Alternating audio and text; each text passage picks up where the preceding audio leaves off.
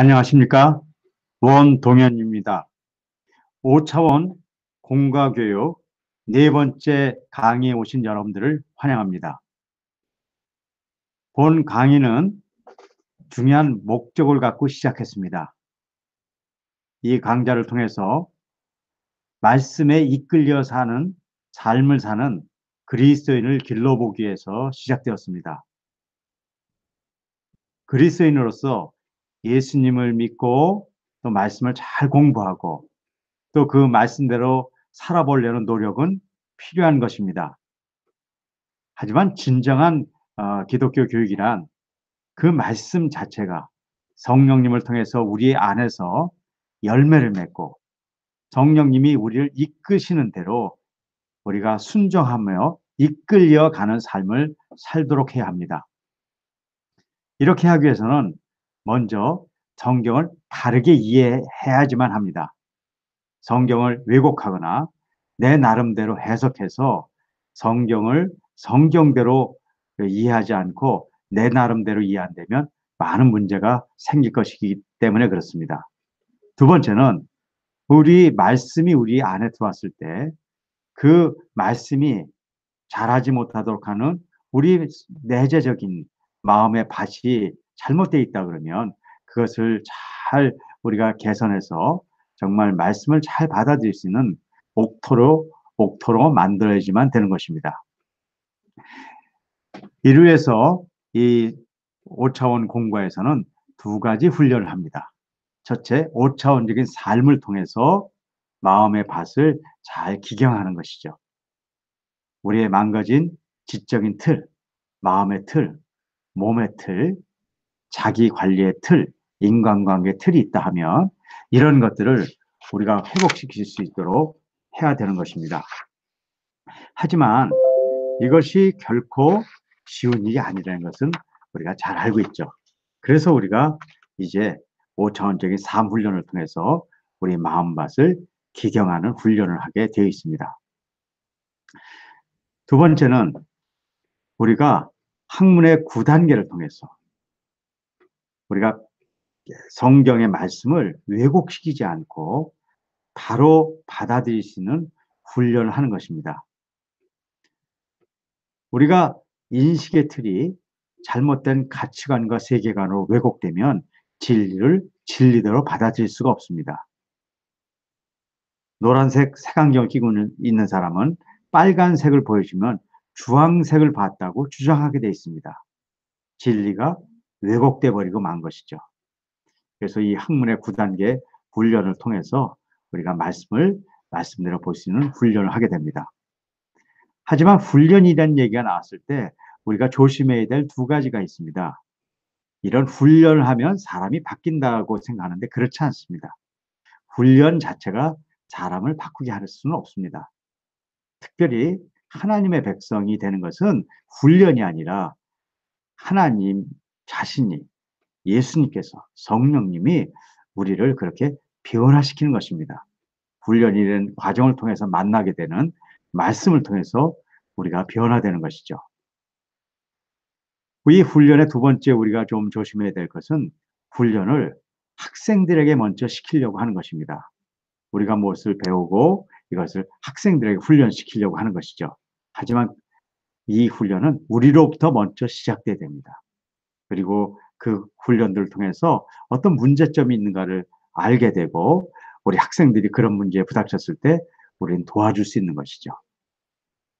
그럼 이번 시간에도 바로 이런 훈련들을 우리 함께 해보도록 하겠습니다. 여러분들 교재를 한번 같이 보시기 바랍니다. 교재 여러분들이 이쪽을 보시면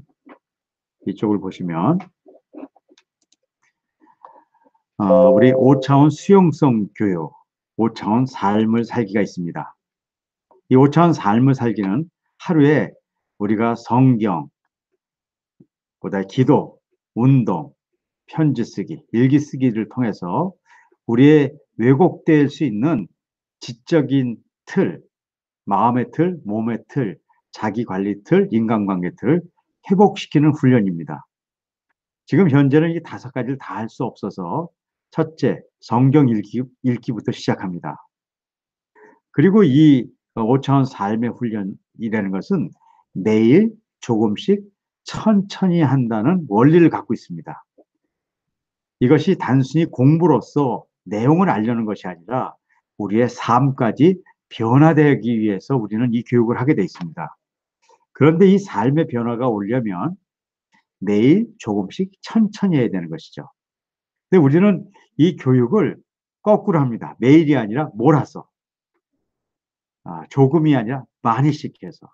천천히 아니라 빨리 변화시키려고 노력을 하죠.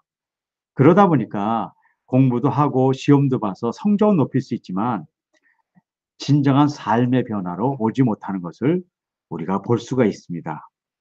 그래서 우리가 매일 조금씩 이렇게 공부를 하게 되고요. 바로 이것을 여러분들이 교재에 우리가 매일매일의 과제로 이것들을 저희들이 지금 제공하고 있습니다.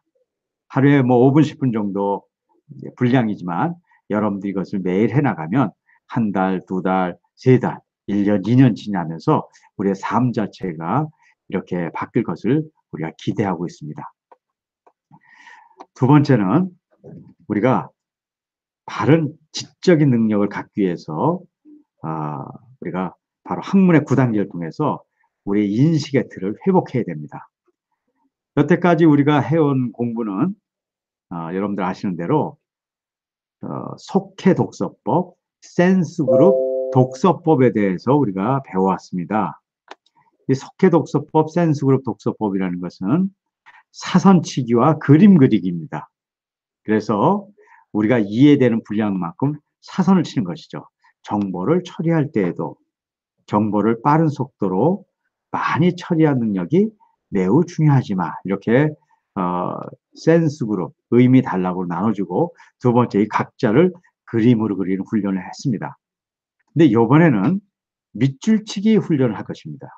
자, 밑줄치기 훈련. 그 밑줄치기 훈련이라는 것은 무슨 의미가 있는가를 지금부터 설명드리겠습니다.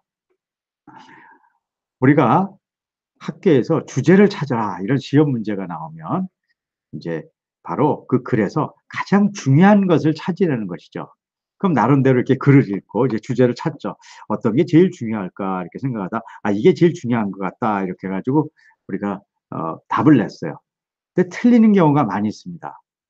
왜 그럴까요? 그건 공부를 못하거나 뭐 국어 공부를 잘 못해서 그런 것이 아닙니다.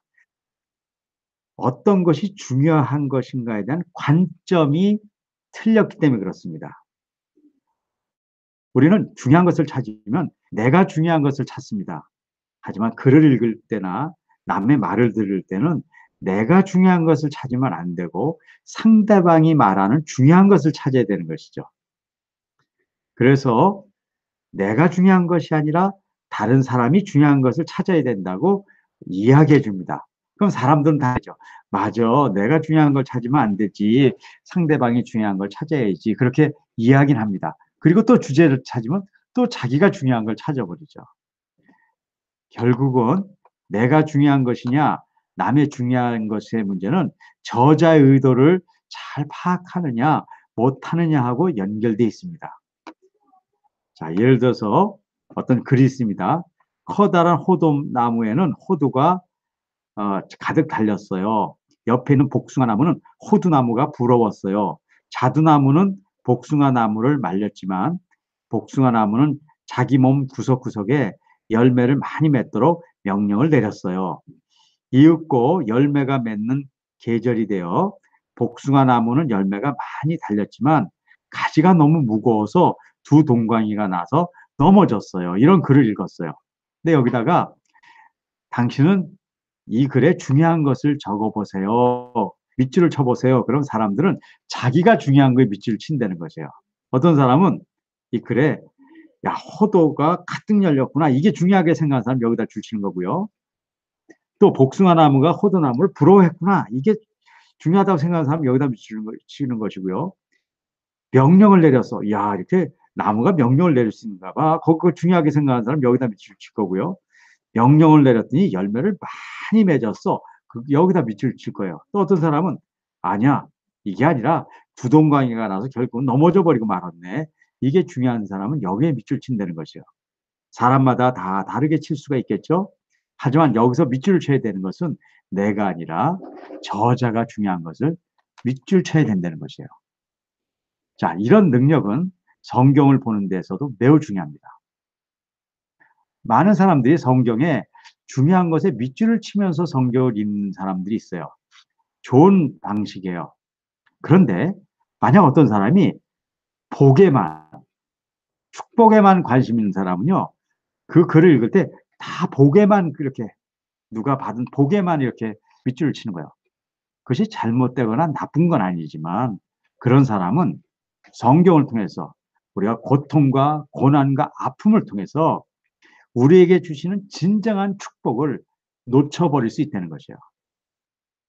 그리고 그 성경을 통해서 내가 중요한 것만 찾아낸 사람들은 그 성경을 내가 순종하면서 살려는 것이 아니라 그 중에 내가 중요한 걸 찾아서 내가 그걸 활용하고 이용하려고 하는 경우가 많이 생긴다는 것이에요. 말로는 하나님의 영광을 얘기하지만 내 영광을 위해서 사는 사람이 돼버릴 수도 있다는 것이에요. 말씀을 적용하려고 살 때도 내가 중요한 것만, 내가 원하는 것만 적용하고 사는 사람이 된다는 것이에요. 그래서 우리가 목표로 하고 목적으로 하는 말씀에 이끌려 사는 하나님의 말씀에 순종하는 사람을 기르기는 너무 어렵다는 것이에요. 그래서 앞으로 이런 우리가 훈련들을 해나갈 때, 밑줄치기 훈련을 해나갈 때 내가 중요한 것을 정말 치는 사람인가 아니면 상대방이 중요한 것을 치는 것인가를 잘 기억하면서 성경을 읽어간다 그러면 처음엔 별거 아닌 것처럼 보이지만 그것이 한 달, 두 달 지나면서 정말 말씀을 볼 때 하나님 중심의 말씀을 볼 수 있는 사람으로 우리가 서서히 변해갈 수 있을 거라고 생각하고 있습니다. 자, 우리가 이런 이제 훈련들을 하면서 이제 중요한 것은 아까 말씀드린 대로 우리가 먼저 하는 것이죠. 그래서 지금 주중 과제가 나와 있습니다. 그래서 이제 주중 과제는 월, 화, 수요일 날 쉬고 목금 이렇게 돼 있는 걸 여러분들 다 아시죠? 그래서 이 주중 과제를 간단히 제가 설명을 드리죠. 근데 이제 주중 과제를 보시면 우리 주중 과제는 3분 묵상과 말씀 내면화로 되어 있죠. 그래서 3분 묵상은 여러분들이 이미 쳐준 사선을 여러분들이 따라가면서 치시면 됩니다. 하지만 만약에 이거는 참고로 하는 것이지 여러분들이 이걸 더 넓히고 싶거나 이걸 좀 줄이고 싶은 경우에는 그렇게 하셔도 되죠. 그는 호텔 이발소 상점에 들었을 때 이렇게 묶어서 하고 싶은 분들은 여기다 사선을 치면 되죠. 하지만 좀 더 짧게 하고 싶어. 그는 호텔 이발소 상점에 들렀을 때 이렇게 하셔도 돼요. 이건 잘 참고하시면 되는 것이고요. 그 다음에 느낌이나 감동을 주는 단어나 문장에 밑줄을 쳐보시면서 나는 여기서 무엇을 느끼는가를 여러분들이 한번 계속 좀 살펴보시는 것입니다. 두 번째는 이제 말씀 내면하죠. 말씀 내면하는 이 말씀을 보시고 이 보신 거를 문단에 줄거리를 적든지 이미지로 그려보는 것이에요. 이 문단에 줄거리를 적게 한 것은 이미지를 그리기 어려우신 분들이 조금 쉽게 해드리려고 드린 거고요. 가능한 힘들지만 이미지로 그려보시는 것을 원칙으로 합니다. 우리가 가진 이 텍스트를 이미지로 바꾼다는 것은 매우 큰 에너지를 필요하기 때문에 여러분들이 힘들지만 조금씩 노력해 가시면 나중에 많은 변화가 있을 거라고 봅니다. 작아 보이지만 매일 조금씩 천천히 여러분들이 해가시는 것은 필요합니다. 이렇게 과제를 하시고 이제 여러분들이 공과 공부를 이제 학생들을 가르치시는 분들이 많이 있으신데 이 과제들은 여러분들이 지금 밴드에 잘 올리고 계세요. 제가 많이 참고가 됩니다. 여러분들에게 어떤 것들을 잘하고 계시고 어떤 게 부족해서 좀 더 이런 것들을 또 이렇게 수정해야 되는가 제가 그런 것들을 계속 생각하면서 이 강의를 하고 있습니다. 그리고 학생들을 가르치는 분들은 학생들이 한 것도 사진을 찍어서 올려주시면 좋을 것 같아요. 여러분들이 가르치는 학생들은 여러분들의 얘기를 어떻게 받아들이고 또 어떤 면에 또 잘하고 있고 또 어떤 걸 어려운 것인가를 보고 또 제가 잘 수정할 수 있도록 그렇게 노력하도록 하겠습니다. 이번 한 주간도 여러분들 다 행복하시고요. 또 특별히 우리 학생들 위해서 정말 많은 변화를 일으킬 수 있는 하나님의 능력을 받은 분으로서 한 주간을 지내시기를 또 간절히 간구하겠습니다. 감사합니다.